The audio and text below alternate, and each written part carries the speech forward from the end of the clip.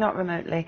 I mean, I'm sorry, I'm sure Peter Wanless did a wonderful job to the best of his ability, given the fact he probably had little resources, little time, little money. He had a QC working with him. Fine, but nonetheless, I was very disappointed to hear David Cameron come out today to say, there's no cover-up. Well, that wasn't exactly what Peter Wanless said. They can't prove it either way. So does David Cameron have selective hearing, I wonder? You cannot be proved either way. I do really feel for the people that have been caught up in this mess. It's nothing but a dog's dinner.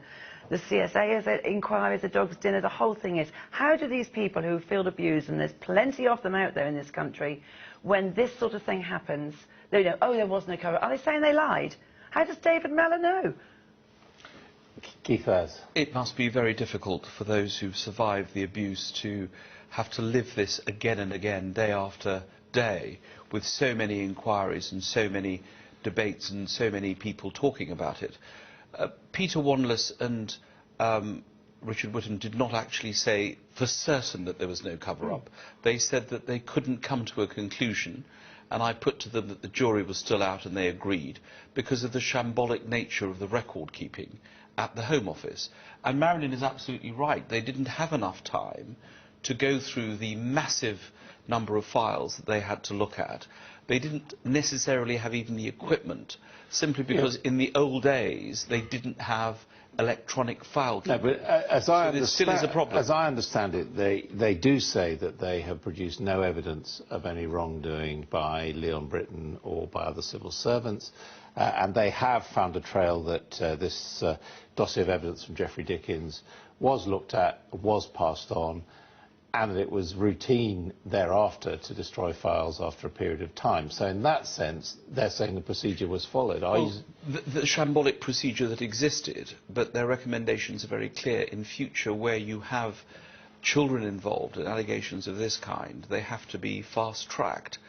They could not be absolutely confident that everything that they were shown would get to the bottom of this matter, and therefore we have to accept what they say. This is going to carry on until we have a proper, thorough investigation, which we hope the child abuse inquiry set up by the Home Secretary will achieve. I mean, Julie Langdon, you and I both worked in Westminster in that period, and there were all sorts of allegations flying around. There certainly were. There were rumours all the time, and we both know that we heard them, and you didn't know what to believe. I mean, it's very hard now to look back and think what was going on here. But and that's the problem, in a sense, that I think it's fairly established that the late Cyril Smith now had a lot to answer for. So it's understandable people like Marilyn think, well.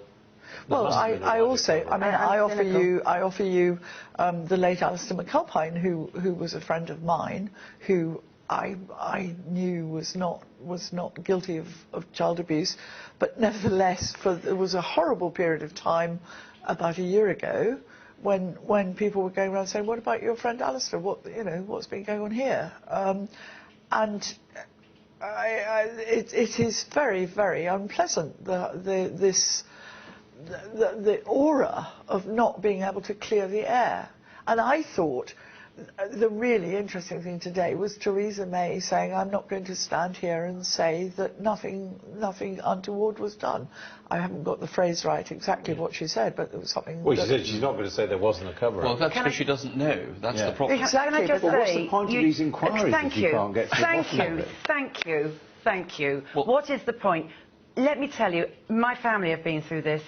I can't change the past. I can't rewrite my history. But I've put my energies into enough abuse to help going forward. And I feel so frustrated. I see Keith night after night on television and go, well done, well done. Come on, change things. You don't know anybody. You say you don't know what Alistair, you don't know anyone. You don't know anyone. The problem is this, as you say, you have been through this in your family, but we're talking about more recent history, as I understand it, since the year 2000. Yeah. The issue is, going back to 1980, another 20 years, whether it's possible to get to the bottom of it. It is possible, and I think that the whole thing has been so badly handled. Absolutely. And we are already talking about the fact that who will take this job on as the third head of this inquiry. Well, that was the second inquiry. Well, this was the first inquiry, which was supposed to clear out a specific point. But the whole lot, we're all agreeing it hasn't. It's so badly handled, and frankly, Theresa May has not had a good weak. She's not had a good set of policies. I admire her work. I think she's been a pretty good Home Secretary.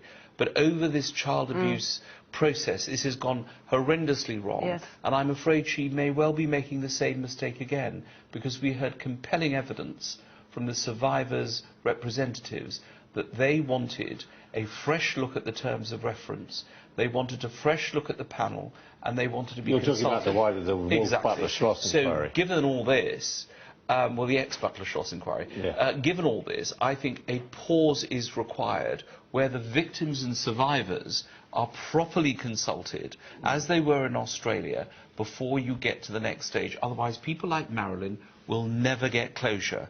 And unless you consult them, and unless you do this, there will be a big problem. Thank you, because so often it's always the very big charities, the people that have been touched. You've only got to look like other people, like Susie Lamplu's mum, Sarah Payne's mum, that have taken that pain and turned it into something valuable, and yet you're ignored.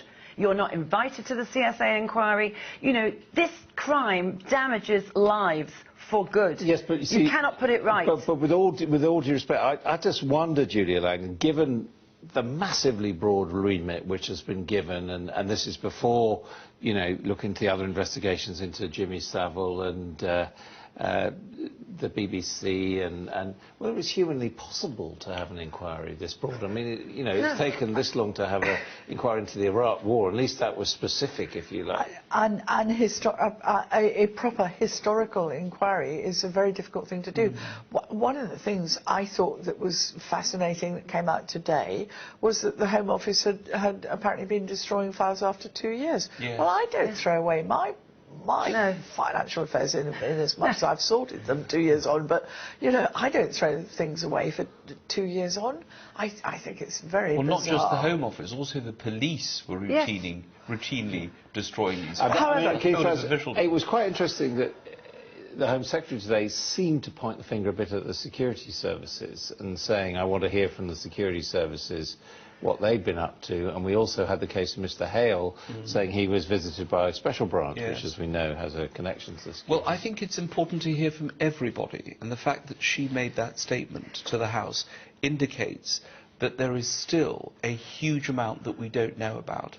That is why, before we start Act 3 of this play, which seems to be in the public domain and seems to have been handled so badly, please let them consult Parliament, the survivors, have a new set of terms of reference, and indeed a new panel. Unless we do this, we're going to be in the same situation in a few weeks' time. We'll be in the same situation in 10 years' time if we don't try and prevent this crime from happening. And the prevention goes back to proper education, which is what we do, about raising awareness about what these abusers' behaviour is. With respect, you don't know anyone. They don't walk around with a beacon on their head. They are devious, plausible, manipulative, and they cause havoc in people's lives. How do you think, Keith has given us a suggestion, how do you think that these inquiries or this inquiry can now be improved? I don't see how they benefit anyone, because I'm now desperately cynical about it. I won't believe anything that comes out now if it's got the government dabs on it, because it's been proved to be flawed, soiled, and an absolute dog's dinner, as I said. You know, could we have some energy, please, to get people like ourselves around the table? Oh, I have sat in meetings where academics have told me how it feels to be the mother of abused children. Don't you tell me how it feels. I know exactly how it feels. Spend a day in my office with those children, those adults who have been victims of abuse. I'll talk you through their life. You are society has let society down badly. I will never lose my passion for it. I want to be on that CSA inquiry.